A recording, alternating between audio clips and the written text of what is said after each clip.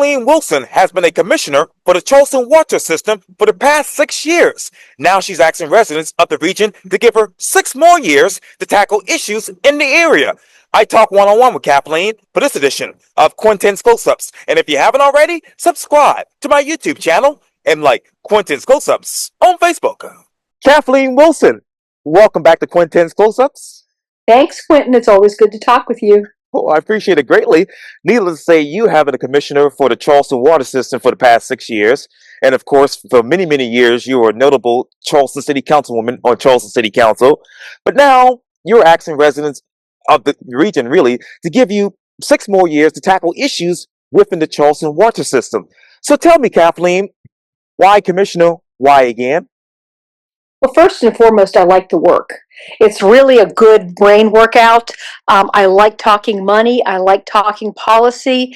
And we have some pretty significant challenges coming our way. And I think this is the wrong time to change horses. We've got to have consistency and reliability and somebody who knows that world. And I've really come to know it and understand it in the last 6 years. What is the biggest difference from 6 years ago to right now in regards to you being a commissioner? The biggest difference is what's happened within the water system. Obviously, costs have gone up considerably, and I know our ratepayers really dislike seeing water rates go up every year, but our costs are tremendous and things aren't getting any cheaper. We've been asked to take on more and more responsibility. We as commissioners have to be very, very good at looking into the crystal ball and seeing where we are going to go in the next 25, 50 years and planning accordingly. So we've got some big projects coming down the pike that will address that and more in the planning works. Let me ask you this then. This might be a silly question, but how do you grow the Charleston Water System with smart growth? Well, we don't make any decisions as to whether a new subdivision going in, whether it should be allowed or tree removal. Right. Our only job is, are we able to provide water service in the correct amount to that subdivision? And we impose charges on developers.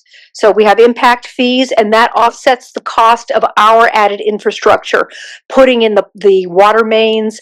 If there's a new pump station that has to go in, whatever costs are associated with that project are charged in the form of impact fees. But we don't have any say as to whether the development has merit or not. Right, exactly right. So let me ask you, what water mains and pump stations are coming online right now? Well, it's hard to say because so many of these things are in process. And the process it's really tedious and it's long. We work with our engineers and the developer and the developer's engineers and go back and forth as to X number of homes. Is that going to mandate an 18-inch water main or a 24-inch, or where is the tie-in located? And with pump stations, they're expensive to build, expensive to maintain.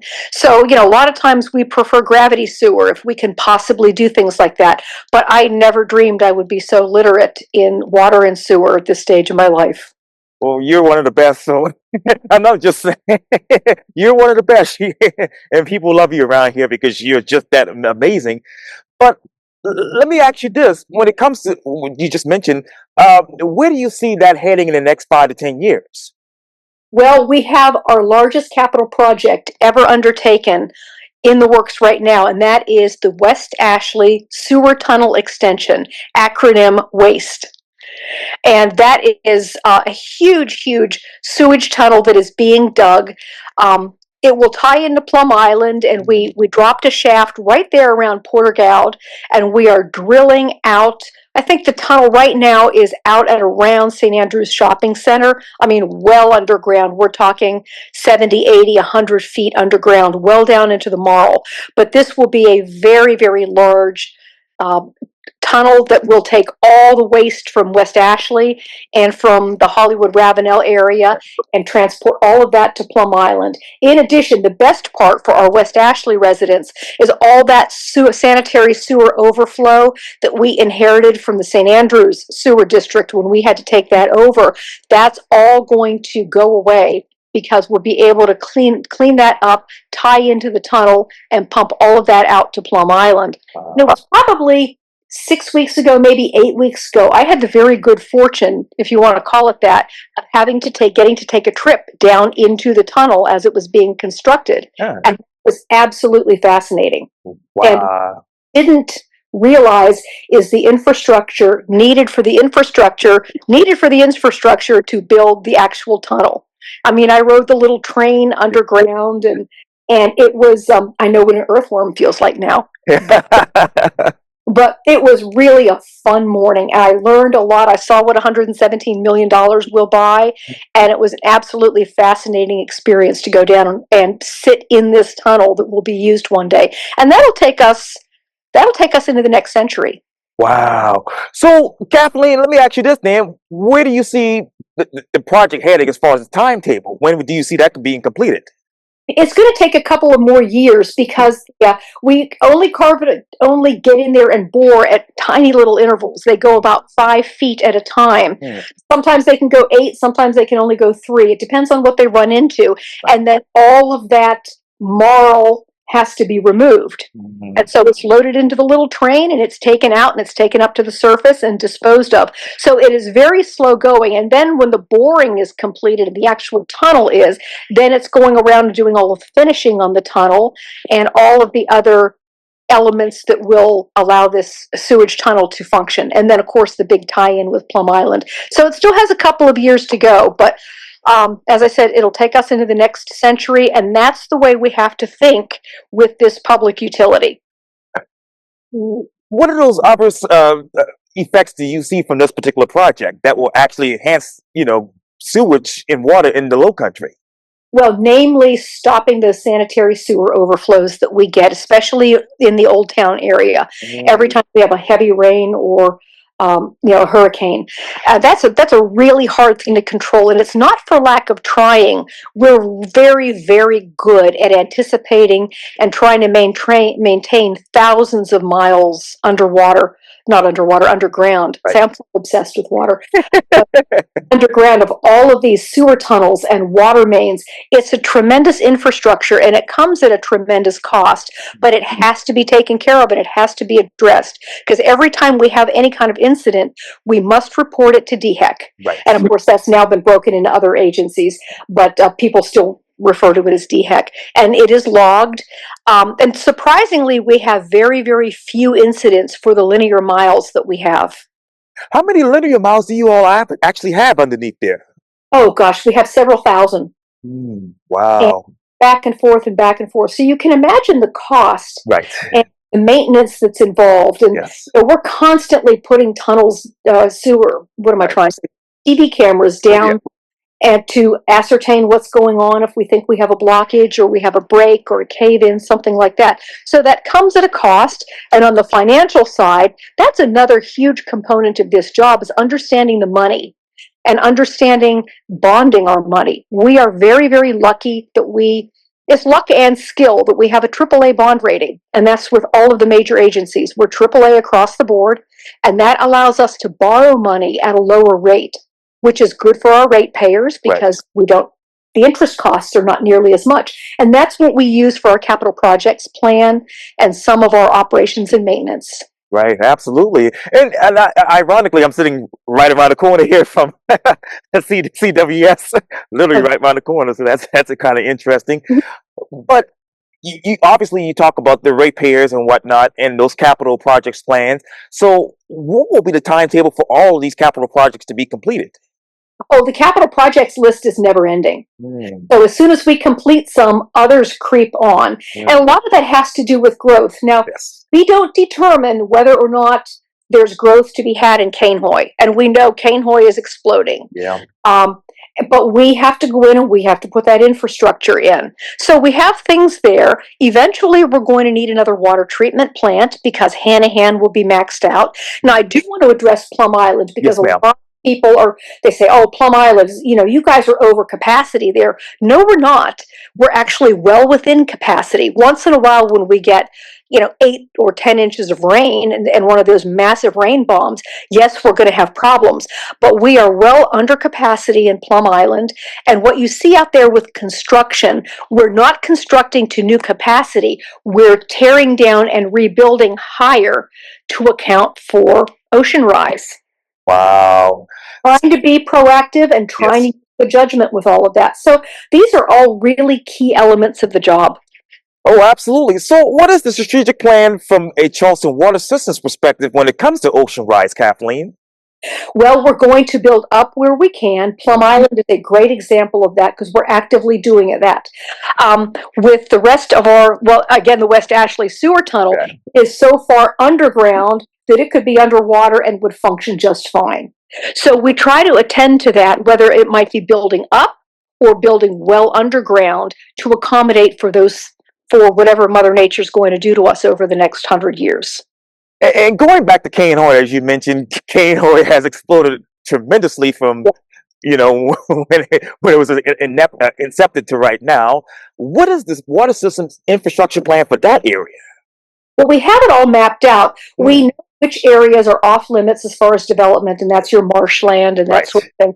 We know what has been slated for development, and we know roughly what's going to go in there. But until we have plans from a developer and we sit down, and again, it's the dual engineering teams going at it and determining what needs to go where, we can go ahead and start to plan out major water mains and major sewer lines. But the nitty-gritty depends on the specifics of that particular development. And please forgive me. I'm not too well versed on this like I should be. But do you anticipate more people being annexed into that area because of what's being developed by the water system? Well, it's not a question of annexation. It's already in the city of Charleston. So it's a question of the master plan for that area, which is the mayor and city council sign off on that. And we are one of the next utilities up, Charleston Water System, Dominion Energy, of the other utilities to go ahead and put our infrastructure in. But in terms of infrastructure, I want to let you know, again, the challenges that we face. This one is a pretty nasty one. Of course, the Low Country Rapid Transit Project coming down Rivers Avenue. It's a great project. We have absolutely no problem with it. However, SCDOT, in their infinite wisdom, when they were computing project costs, failed to include utility relocation, their budget. So they came to Charleston Water System and said, those two major water lines that run right where our project is going to go, you need to move those for us. And those service the north area, they service Hanahan, they come down to the peninsula. You just go ahead and move those for us at a cost of $72 million. Now, we are trying our darndest to work with our county council, work with our delegation, our local Low Country delegation at the State House, and see if we can get some sort of relief from the state.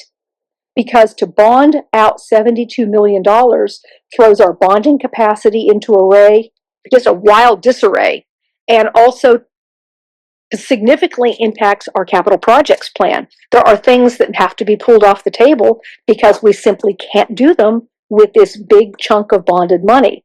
So that's something that we're anticipating. We're trying to plan ahead. We're trying to have conversations as we can. So we don't know how that's going to play out, but it's a pretty serious bill to throw at us from SDOT. That is new information right there. Right. And, we as commissioners, we have talked among ourselves, and if we are forced to do this, we have to raise ratepayer rates that much higher. And so we want to put a little addendum on our water bills, spelling that out. X number of percent is going to the Low Country Rapid Transit Project for water main relocation because SCDOT didn't budget it. Well, let me ask you this, Kathleen. How many of those, I guess, for lack of a better word, how many of those sites that they didn't want you all to basically relocate? It happens from time to time, and it's happening a little more frequently, and we need to have a pretty significant attitude adjustment with some of our state agencies. But we can't sustain this burden on the water system and on our ratepayers. There's only so much. Water is an essential resource. And, times that we have been out of water, they've been doing a project up the street and they have to turn the water off for a couple of hours. I would much rather go without electricity than water.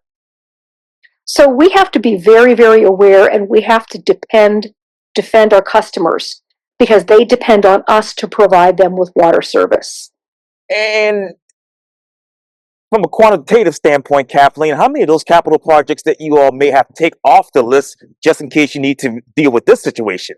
Well, in terms of dollars, we'll have to go through dollars, but we'll have to go through and see what is most urgent, what can be deferred another couple of years, and what really has to be accomplished. Another aspect of a water utility and a job as a commissioner is it pays to be just a little stodgy, and it pays to create redundancies.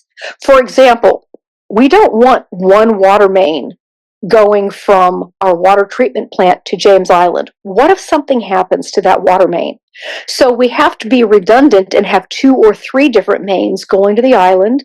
So if one of them is compromised, we can provide James Island with water. So it's those sorts of things that we are constantly thinking about, and we're very lucky to have an absolute top-rated staff. The public is unaware of just how good the water system staff is. And as commissioners, we often defer and let them do their work, and they in turn come to us and say, we need to budget X number of dollars. How can we gather up that money? Which pot do we go to? So we work hand in hand quite well, and we're lucky to have a very good situation here. Oh, absolutely, absolutely. I know you're busy, but I thank you for your time, and it's so great to see you, by the way. Pleasure. Yes, indeed. Well, the Honorable Kathleen Wilson, thank you for your time. And again, welcome back to Quintin's Close-Ups.